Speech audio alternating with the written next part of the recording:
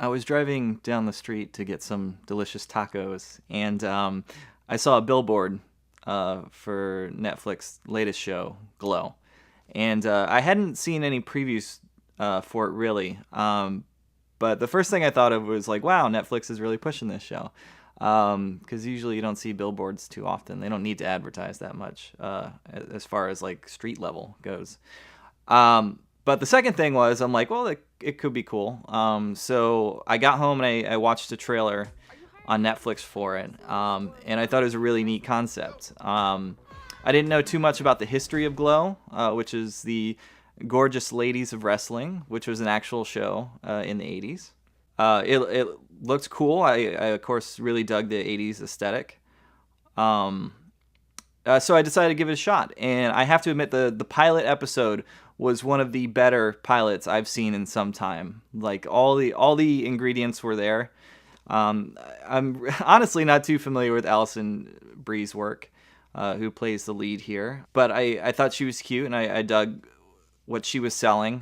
It's kind of hard sometimes for an actor to portray like a lesser actor, because her character, of course, she wants to be taken seriously as an actress, but in the little snippets you see of her character, she's not amazing, she doesn't blow everyone else away. Not that she's really given a chance either.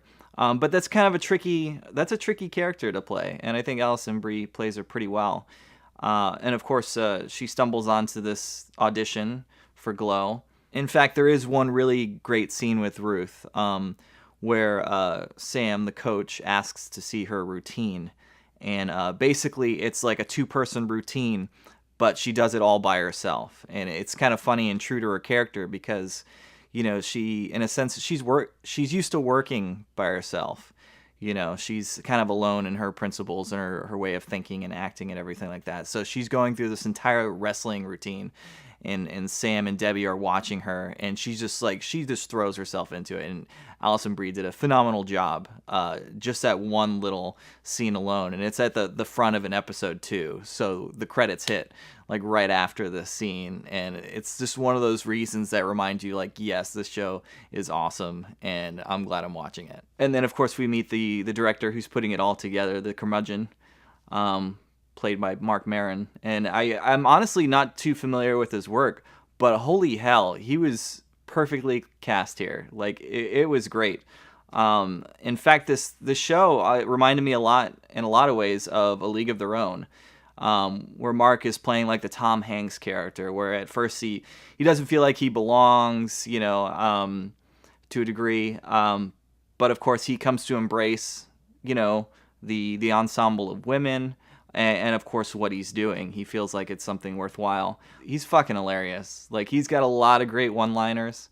It's a trope to kind of have that character in these kinds of movies, but there's a reason for that, because if it works, it's really great. And here, it works wonderfully. And the rest of the cast was really good too. Like, again, going back to that pilot episode, you get a little sampling of everyone in the cast, and they all work really well together. Some of them are really funny. Some of them you just like, as a person. Betty Gilpin plays Debbie, the best friend character, and I actually really liked her character a lot. At the start of the show, she's in a failed marriage. She has a kid. She's kind of freaking out about that. And of course, everything going on with her best friend, who now she's almost forced into working with. So she is vulnerable and emotional, but the moment she steps into the ring, she just kicks an insane amount of ass. I mean, there's just no question that she will kick your ass. And I really like seeing all the sides to her character. There's one relationship in particular with this girl, Justine, who happens to be a big fan of the director, and I won't spoil how that dynamic works out at the end. But I really appreciated that aspect. If you go back and kind of rewatch some of the episodes, which I actually rewatched the first three, you have a different take on where she's coming from, who she is, things like that. There's this character played by Brittany Young, and she's kind of like, she's the daughter of this amazing wrestler, and of course her two brothers are amazing wrestlers as well, so she just kind of wants to prove herself. but she's such like a good-natured and just like a nice person, like a decent person. And it's nice to have a character like that in this. The show is written, produced by several of the people who worked on Orange is the New Black. And of course, with that show, there's a lot of unsavory characters in it. I guess it kind of fits that show because they are in a prison. So not everyone is going to, have the heart of gold.